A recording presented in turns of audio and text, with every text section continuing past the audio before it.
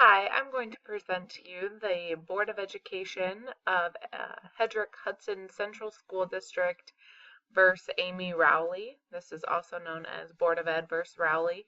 And Amy Rowley is the student, and her parents are Clifford and Nancy Rowley.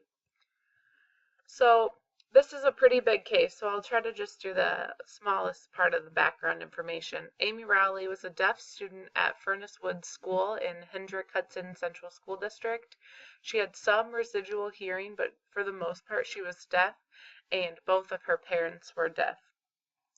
Just to kind of give you a time frame, this case was kind of the start of, well, it was the first case that the Supreme Court ruled in special education. So it's been a while. 1977 is when she started in kindergarten in the regular education classroom. So before she started in kindergarten, the school did tons of things just to kind of get themselves prepared. Several members attended a class to help them prepare for sign language interpretation. They put a teletype machine into the principal's office, so when the parents came in, they could communicate. Then they did a trial period, which led them to a couple conclusions: that she would remain in the kindergarten class, that she'd be given an FM hearing aid, and after that trial period, she was able to successfully complete kindergarten. Then when she started in first grade, they went ahead and wrote an IEP for her. In the IEP, it said that she'd be educated in the regular ed classroom at Furnace Woods. She would use an FM hearing aid, and then she would also be given instruction presented by a tutor for the deaf 1 hour a day and a speech therapist for 3 hours per week, so 180 minutes per week. Now, this is where the disagreement kind of comes at the forefront. The parents believe that a lot of that IEP was great, but they also wanted Amy to be provided with a qualified sign language interpreter during all of her academic classes.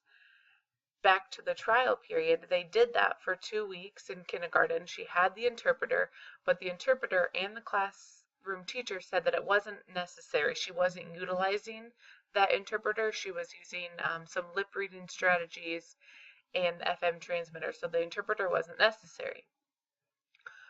When the parents brought that to the school district's attention, they went ahead and consulted the Committee on the Handicap, which is interesting, the terminology there, but the committee then made their recommendation after speaking with the Rowleys, some teachers, and a lot of people in tune with her academic and social progress, and they decided that she did not need an interpreter either. So the school district, once they'd consulted with the committee, they both decided the interpreter was not necessary. That did not suffice the Rowleys. So once the district denied the Rowleys' proposal for an interpreter, the Rowleys went ahead and demanded a hearing with an independent examiner. The independent examiner agreed with the district as well, because Amy was achieving educationally, academically, and socially without the assistance of that interpreter. Then they went to district court, and district court, the parents started their argument was that the denial of the interpreter led to a denial of FAPE, which was the free appropriate public education for Amy. They agreed that Amy was remarkably well adjusted and she performed better than her average peers. However, she was learning considerably less than what she would if she were not deaf, and she's not performing as well as she would be without her handicap. Therefore, they decided that she was not receiving a free and appropriate public education, not because she was discrepant from her peers, but because she was discrepant from her full potential without that handicap. So, interesting, the district rules that the FAPE ensured Amy the opportunity to reach her full potential, just like her non-disabled peers. The school district continued, and the Court of Appeals affirmed that decision. They upheld the district court decision. Then, the Supreme Court reversed those two decisions and said that they could not prove that the school failed to comply with the act, and the evidence showed that she was receiving an adequate education as she was advancing from grade to grade easily and was making good academic progress. Therefore, the free and appropriate public education was being provided to her. Well, this was a little bit confusing for me because the applicable law was not from the Iowa, obviously, because this didn't take place in Iowa, and it went all the way to the Supreme Court. So a lot of this was confusing, and I didn't understand. A lot of the terminology is very similar to what we've been reading, but the numbers and stuff's a little bit different. So if it looks strange, that's why. So the first thing is, this was the first special education case decided by the Supreme Court. Is a really big deal. It was, and we'll get into the Cadillac versus Chevrolet. So the free and appropriate public education is the Supreme Court 1412-1. Then they go on and define appropriate a little bit more specifically in those subsections. The Education for All Handicapped Children Act of 1975. Then they describe the related services, which includes kind of the deaf FM transmitter, audiology, that kind of thing. And then that the IEP should be done annually is in 1414. The parent involvement in the IEP is 1401.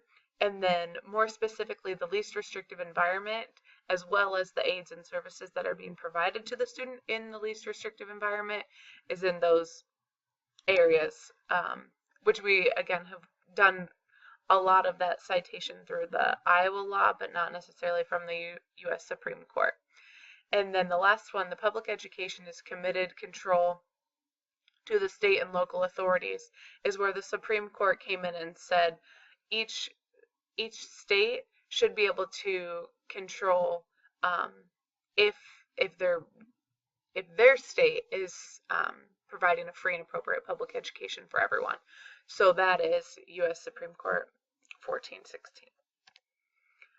My personal response to this, I read through it a month ago, and then I read through it last week, and then I read through it again the last couple days, and I went back and forth because I thought that once the district had ruled in favor of the Rowleys that it was kind of over. So then I thought this is kind of a simple case, because the free appropriate public education is very subjective. We describe appropriate, but it doesn't necessarily really give you any basis to really go off of. The parents made a valid case that their student wasn't reaching her full potential, but did that mean that the school wasn't providing her a free and appropriate public education? The U.S. Supreme Court says no. So what's good enough? What does appropriate really mean? It's hard for me to really determine where I am in that debate. How do we know exactly what we're doing is best for the kids? Did the school district say we don't want her to have a sign language interpreter because it costs too much? Or did they say that because they really felt like it was deterring her from interacting with her peers? It sounded like everyone at the school district really wanted the best for Amy, and I think that's what made this case so complex, is it wasn't good versus bad. It was just two very different opinions, and the school district wanted what was best for her, and they said that an interpreter wasn't going to be the best thing for her, whereas her parents wanted her to only sign and to focus on her sign language and improving that in the academic language, and so that's what they wanted for her. So just determining what's the most appropriate for each child, but also doing what's best for the child, not what's best for the district or what's the cheapest for the district. And then lastly, I just think that even though the parents didn't win, they created a very rich topic of conversation for our districts, for the Supreme Court, just for people in general. What should we be providing for kids? I just said this as my personal response, but also for administrators, we want to make sure we're always putting the student's best interest at the forefront of all of our decisions, and that'll make it a lot easier to back our decisions. And then the Chevrolet versus Cadillac education, how to explain to the parents that we're going to provide a free and appropriate public education for your child, and it's going to be of no cost to you. That's the free part. Explain the appropriate, explain how the education will look for their child, but also explain that it's not the Cadillac. It's not above and beyond every single step. It's what's going to be best for your child in the realm of a faith.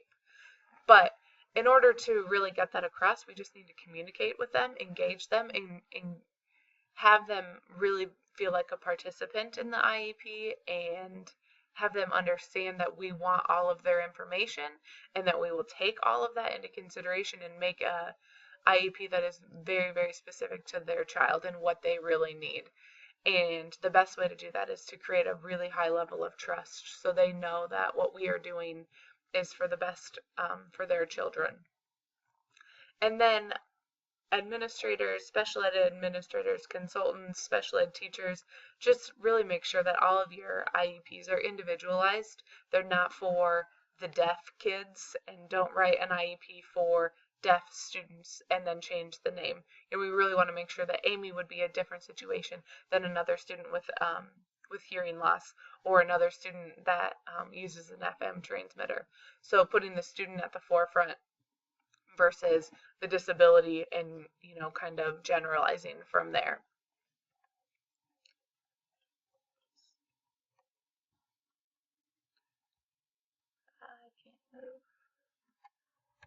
Okay, sorry, your questions to ponder are: do you agree with the decision? Was the use of an interpreter necessary for Amy to receive a free and appropriate public education? How would you as an administrator deal with Amy's parents? What would you say to them? How would you have avoided, or should you avoid, the district court, Court of Appeals, and ultimately the Supreme Court? Do you think that was a good situation for the school district to be in, or do you think they should have done more to avoid that? Lastly, I'm going to put in a couple of links on WebCT, because when I was looking this up, I found there's tons and tons and tons of other presentations on this case, and since there's so much information and there's been so much that have come from this Rowley case, I thought if you guys are interested, it's not my Prezi, but there's a lot of other Prezis that I found to be really helpful. So you can check into those before you answer the questions too. Thank you.